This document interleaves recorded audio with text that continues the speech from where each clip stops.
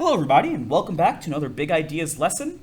Today we're talking about transformations, which is something that we talked about all the way back in Unit 1. Transforming a graph of a polynomial function is our goal for today. And the good news is this: nothing has changed with how we do it. This is literally just review from Unit 1. All of our rules from Unit 1 apply. So let's talk about all of those rules. To move something to the left or the right, you're going to subtract something or add something from x. Remember how you're talking about inputs and outputs? This is subtracting something from our input. Subtracting something from our input moves it to the right. Adding something moves it to the left. So if I had, for instance, let me give the example. Let's say I had 2x plus 2. Let's say I had y equals 2x plus 2, and I wanted to move it to the left or right. I could add or subtract something from my input, changing it into y equals, if I wanted to move it to the right 3, we would change x into x minus 3. Remember this? Vertical translations are adding or subtracting something from your output, so from the very end of your problem. Let's say I have something crazy here. Let's say I have y equals x squared, and I wanted to move it up 3. I have to add something to my output. I have to add 3 to the very end. That's up 3. Reflections also deal with your inputs and outputs. If you want to flip something horizontally, anytime we do something horizontally, it's going to involve your input. All we do is we make our inputs negative. So if I had a polynomial here, y equals x cubed plus x squared plus x plus 3, and I wanted to flip it over the y-axis, meaning I have this crazy polynomial here that looks like a snake. If I wanted to flip it over the y-axis, I just make all my inputs negative. All I would need to do is change it so that instead of, let me use f of x notation here so it's a little more clear. Instead of f of x, we're changing everything into f of negative x. We just make all of our inputs negative. So this is negative x cubed plus negative x squared. My marker is running a bit dry, I apologize. You know what, I'm going to use a different color for this, just to make sure it works. Negative x squared plus negative x plus 3. And that'll flip it over the y-axis. Flipping it over the x-axis, flipping it vertically, just means make your whole output negative. So you see the difference here is, to flip it over the y-axis, we made just the x negative. To flip it over the x-axis, we make the whole thing negative by just adding a negative sign to the very start of our polynomial. Horizontal stretch and shrink and vertical stretch and shrink are the ones that people got the most confused about. But once again, anything horizontal deals with your input.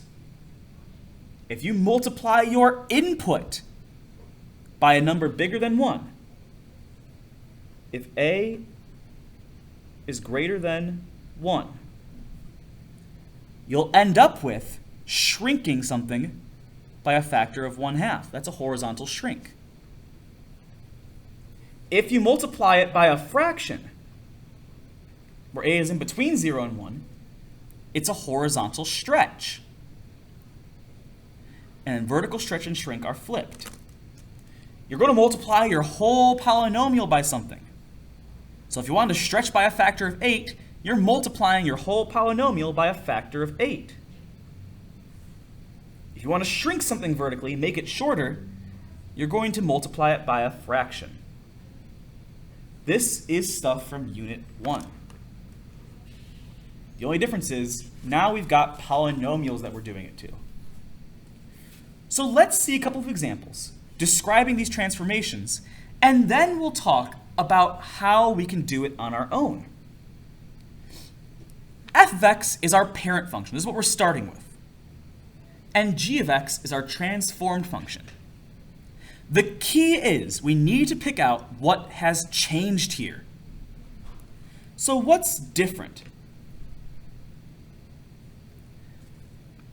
Well, here we just have a trinomial, and here we have something that's plus 7. So we've added 7. Where did we add the 7 to? Did we add it to our inputs or our outputs? Well, remember, if it's at the end of the problem, it means we added it to our outputs. Anytime we add something to our outputs, that is doing something vertically. So this is a vertical translation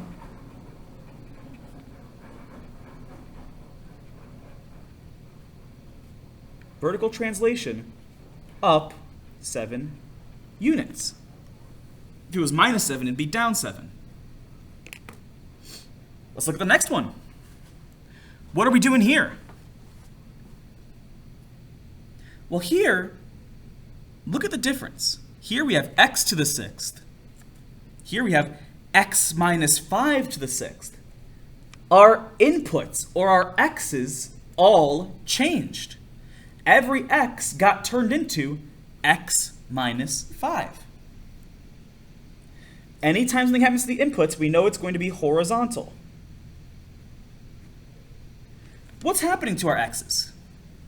Well, since we're subtracting 5 minus 5, that's a translation. Adding or subtracting is a translation. And remember, if it's minus, it goes to the right. If it's plus, it goes to the left. So this is right 5 units.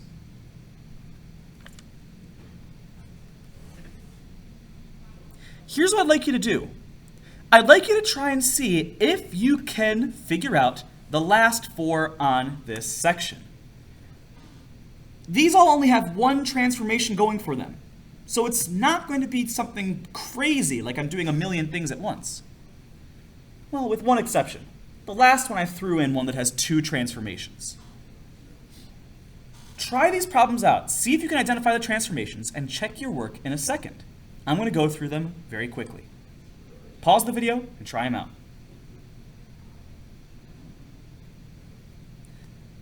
All right, let's get to it. Here, we're multiplying everything by negative 1/4. If we multiply the entire polynomial by negative 1/4, that's happening vertically.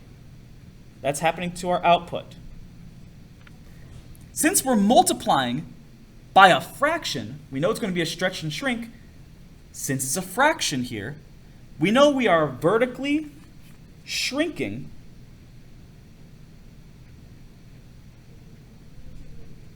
by a factor of what?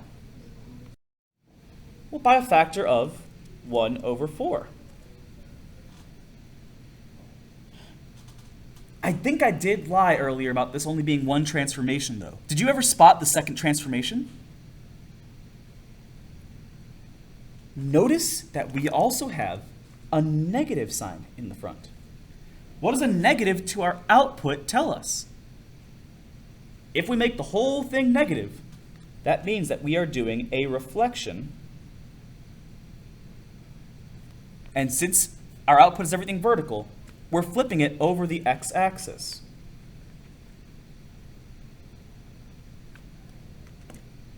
So this one I lied about. This one has 2 transformations. I apologize.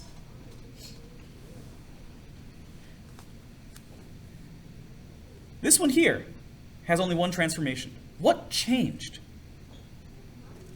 Well, originally we had x. Here we have 1/2 of x. So our input is changing, so we know something is happening horizontally.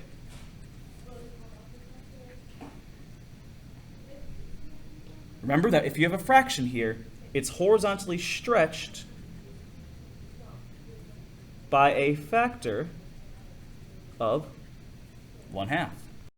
Whoops, sorry. factor of 2. Remember from Unit 1 that we learned that horizontally stretching something, we say it's the whole number. Anytime we're shrinking something, we use a fraction. Let's take a look at the next one. I lied again about this one. I apologize. But the main idea is we're affecting two things here. We're affecting an output by subtracting 3 and an input by multiplying by 2. By multiplying our input by 2, we know we're doing something horizontally. This is going to be a horizontal shrink by a factor of 1/2. You can always use this table in your notes to help you out. Since we're subtracting 3 from the very end of the problem, that's a vertical translation down 3. Last but not least, this last one was a little bit trickier, but we see a couple of things happening. First off, our inputs are being made negative. Notice how every x in this problem is turned into a negative x. That's a reflection. And since our inputs were made negative, it means that we're doing something horizontally. A horizontal flip is a reflection over the y-axis. And at the very end, we have a -4 here. So once again, that's a vertical translation. And that's going to be down 4. Next up, we want to see if we have an original function and we're given some transformations, can we transform it? Let's look at the first one. We start off with f of x equals x to the 4th minus 2x squared. That's our polynomial. We want to start by vertically stretching it by a factor of 2. What does that mean? Well, according to our table here, to vertically stretch something, we're multiplying f of x by something. And if we want to stretch it, we're multiplying by a number bigger than 1. To vertically stretch f of x by a factor of 2, we're going to write 2 times f of x.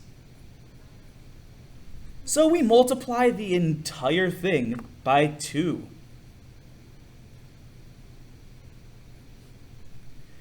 If we wanted to simplify this out, I do recommend simplifying each step.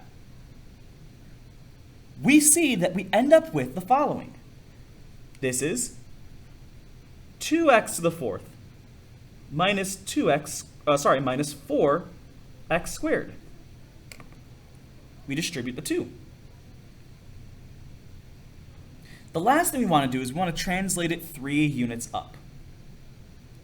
So we can take this, I'm going to call it g of x just for simplicity's sake. We're going to take this previous answer and move it 3 units up.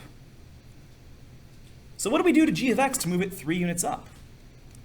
Well, we add 3 to the output. And what ends up happening? By moving it 3 up, we get the following. 2x to the 4th minus 4x squared, and we're adding 3 to the output, so we just plus 3. Done! This is our final answer.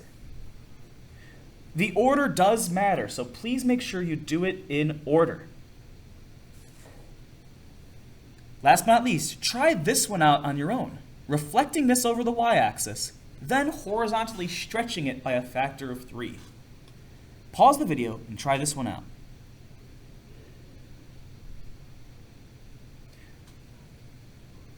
Hopefully you had a chance to try it out. Let's take a look. If f of x equals x cubed plus x squared minus 1, and we want to reflect something over the y-axis, we're flipping it horizontally. So we want to write this as f of negative x. We want to change our input since we're flipping it horizontally. So everywhere we see an x, let's change it into a negative x. So this is going to be negative x cubed. This is going to be negative x squared.